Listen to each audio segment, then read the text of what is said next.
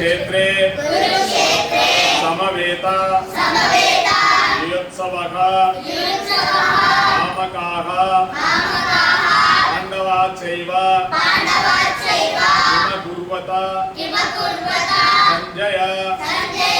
నమస్కారం చెప్పండి అందరూ. ఇలా చేతులు పెట్టుకోండి. ఒక శ్లోకం చెప్పేస్తాను. యత్ర యోగేశ్వరః కృష్ణ యత్ర పార్థో ధనుర్ధరః తత్ర శ్రీర్విజయో